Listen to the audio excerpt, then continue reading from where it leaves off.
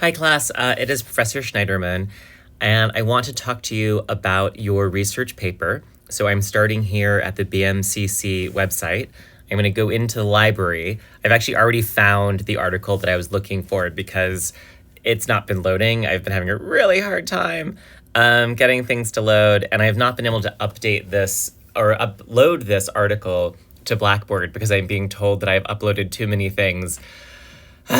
So I'm going to try to get this for you. But in the meantime, I want to look at certain parts of this article, which are all about doing research and writing a research paper and becoming a researcher yourself.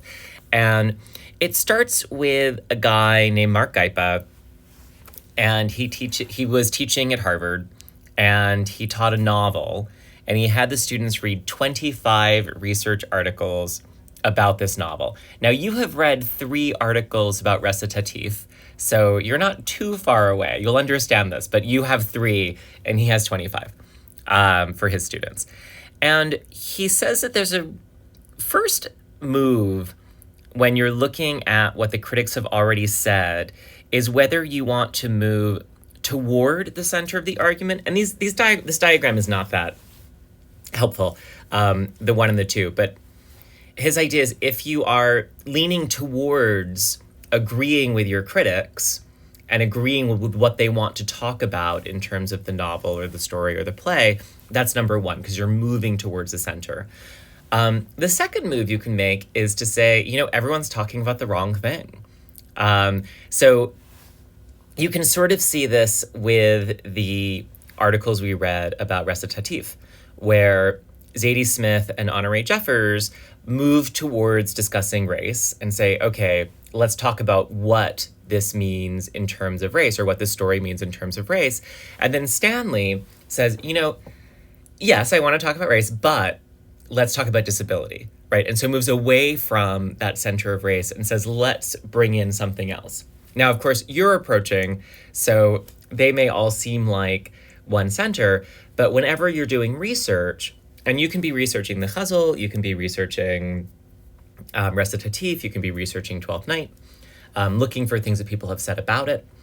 And you can either move towards what they're discussing, what discussion you find happening, or you can move away from it. You can say they're talking about the wrong thing, and I want to talk about this other thing.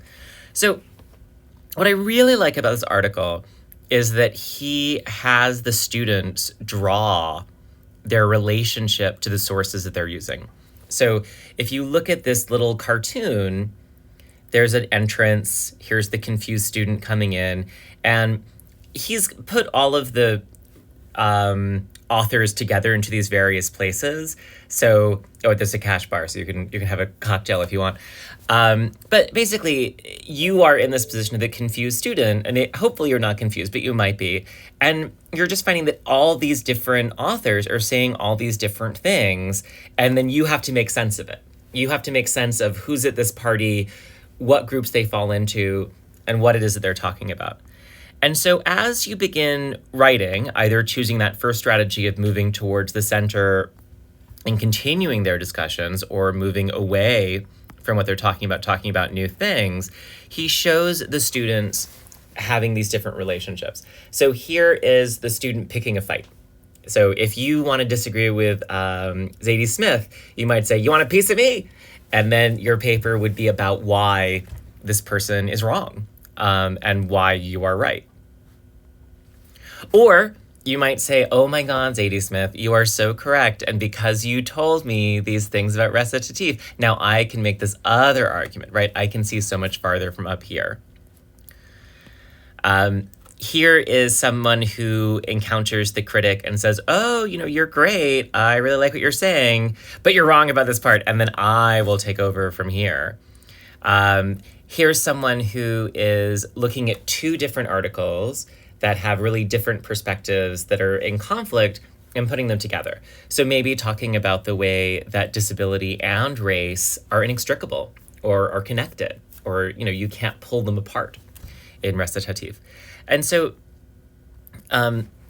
here's one where all of the critics are agreeing and the student is like, no, you're wrong.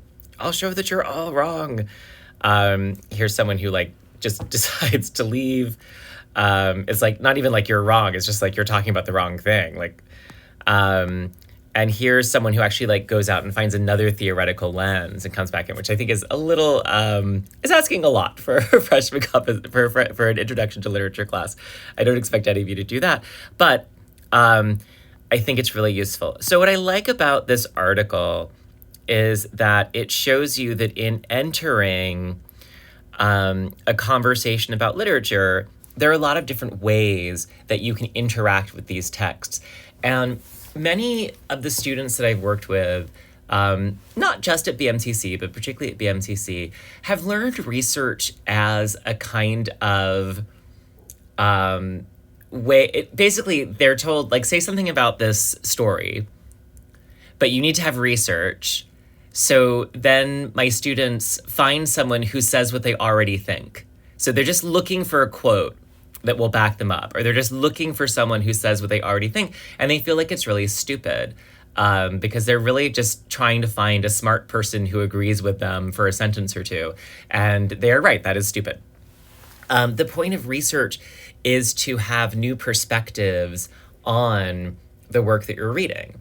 Whenever you're doing research should always surprise you. If you are not a little bit surprised by research, you're not doing research, and you're only reading people who agree with you, and you're not finding other perspectives that are going to challenge your perspective and make your position stronger. So when you're working with research, agreeing and disagreeing are really basic foundational positions, but when you start working, it's much more complex than that. You're realizing things that you wouldn't have realized without someone exposing you to it. You're realizing that people have other sources of interest in the text. And so just keep this article in mind and these diagrams in mind as you work on paper 4.